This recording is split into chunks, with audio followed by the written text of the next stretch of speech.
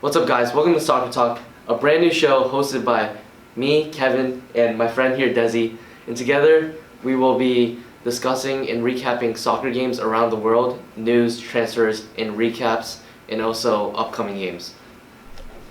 First, we'll start off with the Premier League. Looking at the table, City is on top once again with 57 points, 23 games played.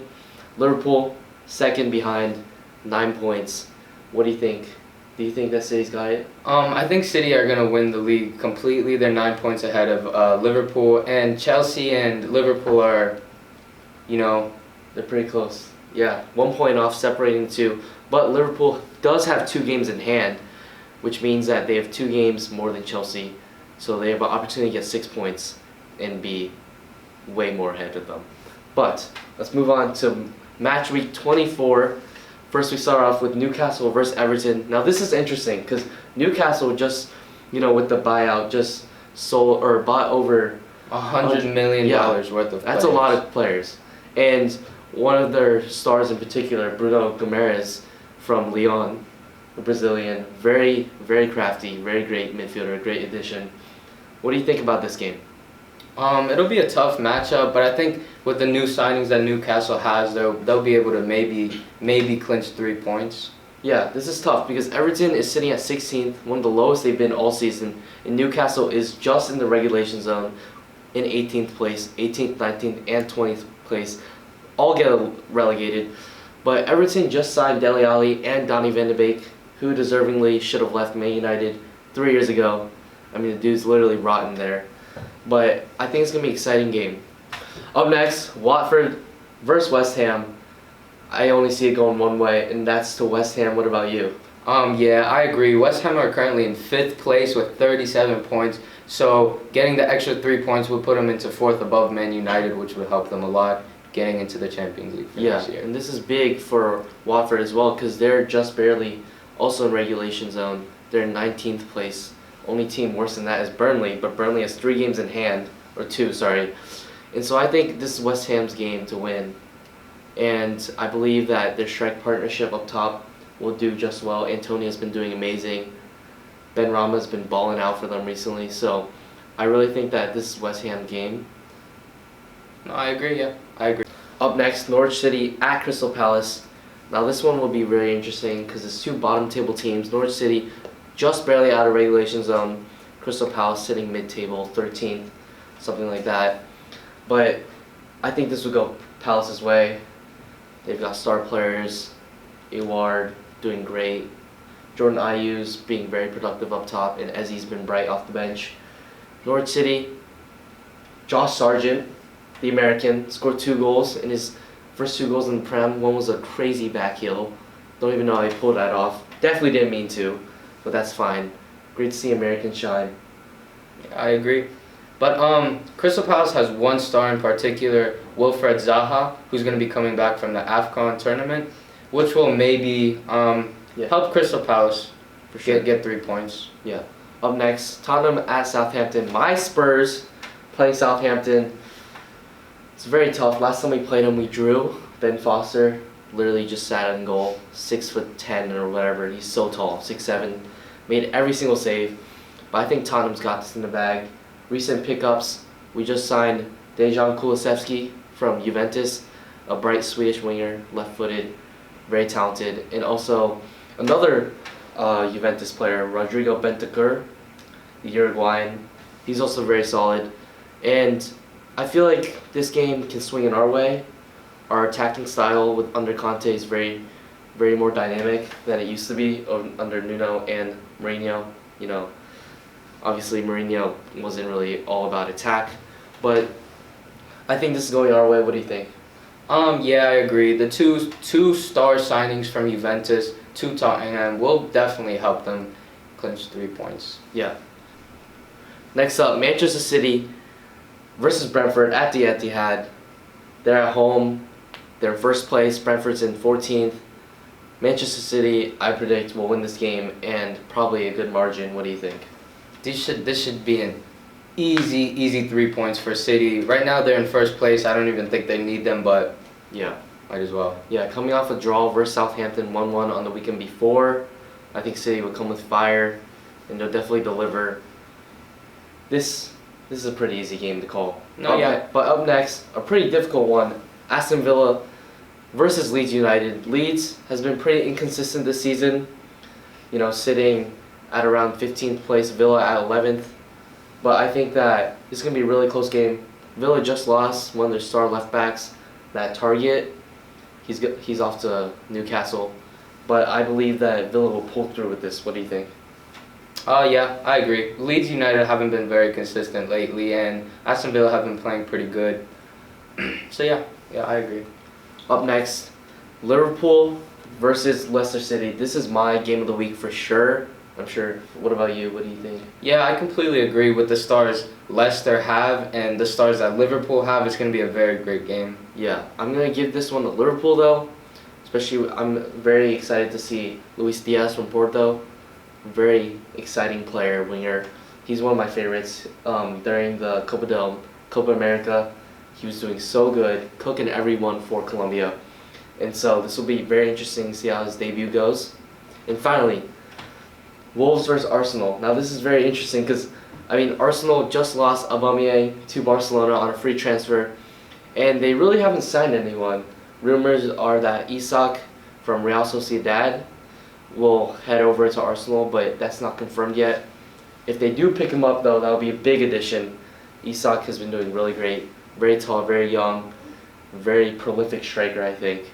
And he'll be a great addition. But what do you think about this game?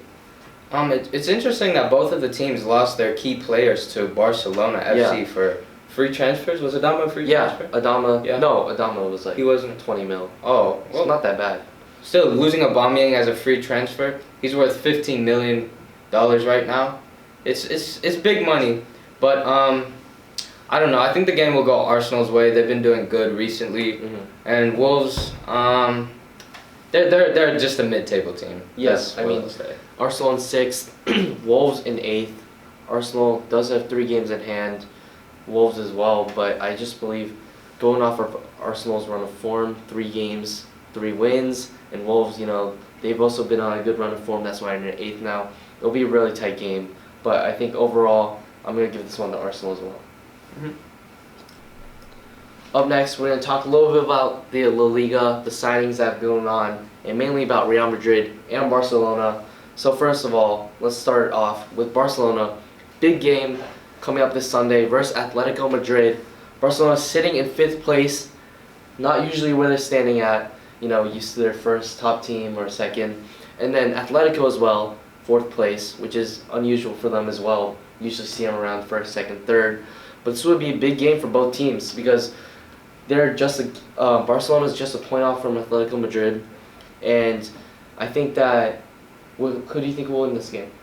I think Atletico will take the 3 points with them. Barcelona isn't looking too good with their youngsters playing under Xavi, but they do have 2 new key signings, like we mentioned earlier, Aubameyang and Adama Traore, which will maybe help them. But Ansu Fati he's injured right now, so he won't be playing. Yeah, Barca's number 10. Unfortunately, he got injured in the Copa del Rey in the round of 16 when they lost versus Atletico Bilbao.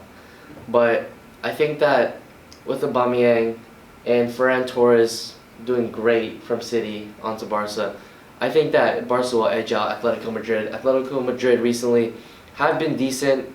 They've lost the last 2 games, whereas Barca has won their one previous game. So I think they're coming off a good run of form, and I think it's going Barca's way, and I think this year they'll turn around and start creeping up into those Champions League spots. But the other game we're going to talk about, Real Madrid versus Granada. Now Real Madrid sitting top of the table, only 4 points ahead of Sevilla, but I think this is their year to win the league again. Granada sitting at 14th place, not too high of a team. And so what do you think about this one? I think this is Real Madrid's game. I completely agree. This is their league, even the Champions League. Do you think they'll win this year? Oh, I don't know about that. We can cover that next week when the Champions League actually starts. But I think with Real Madrid's talent, Vinicius doing so great, Benzema, front 3 Rodrigo doing amazing, and then the midfield coming together, Modric, Casemiro, Cruz. They've been so consistent last 6 years. They've been amazing in the back line as well. Courtois proving once again that he's one of the best goalies in the world. I think this is Real Madrid's game. So, being in February, that marks the close of the transfer window. Some big signings. Dusan Vlahovic from Fiorentina to Juventus. He rejected offers from Arsenal, Spurs, a couple other Prem teams were interested. Juventus broke the bank, not really, kind of. 89 million for him. He's very promising. He's 22 years old, and he's a great left footer. He's almost like a poor man's Haaland in my eyes. He's not as fast, pretty lethal though up top. He's definitely a great prospect for the future. Yeah, I completely agree. I'm glad he didn't go to any other league. He's been doing really great in the Serie A, so he wouldn't have to adapt to a new environment or anything like that. And we see those a lot in players, such as Hazard going to Real Madrid, struggling a little bit, and other players. And speaking of from going to Prem to La Liga, Ferran Torres, I spoke about him a little bit. He's doing great for Barca. Scored a curler against Bilbao. He's doing great. I think he's a really good pickup. He wasn't really getting the minutes he liked in City, and I think that City was not really using him. He's been doing great with Spain. And speaking of another winger, why don't you tell me a little bit about Luis Diaz? Luis Diaz signing to Liverpool for $49.5 million. Now, Tottenham were supposed to get him. They really needed him, but unfortunately it didn't happen. Sorry to all the Tottenham fans. I think Luis Diaz, that's a great price for him. He's very talented. And then also, speaking of Spurs, we let go a lot of midfielders. Dele out at Everton, Giovanni Lo Celso to Villarreal, loaned out. Dele was bought out. But another loan to buy option was we loaned out our top club transfer. We literally broke the bank for Tenga and Ndombele, and he really didn't do anything these past 3 years. So he got loaned out back to Lyon, where we bought him from. Waste of money, I'd say. He's got flashes of talent, but I feel like he just doesn't care. He literally plays like he doesn't care. But he's very talented. He's almost like Pogba to me. And another Serie A player, Robin Gosens, went from Atalanta to Inter for a loan, and so did Martial. Martial left to Sevilla. And so I think these are big name transfers, and I feel like these transfers will be big on the window, and we'll see how this will affect the teams coming up. That's all we have time for today. Tune in next week for reviews of the Champions League, Premier League, and what's happening on our predictions and everything going around Mason Greenwood's situation, all that. Huge shout out to our guy Gavyn back there doing the camera work, and we'll see you next week. Have a good one.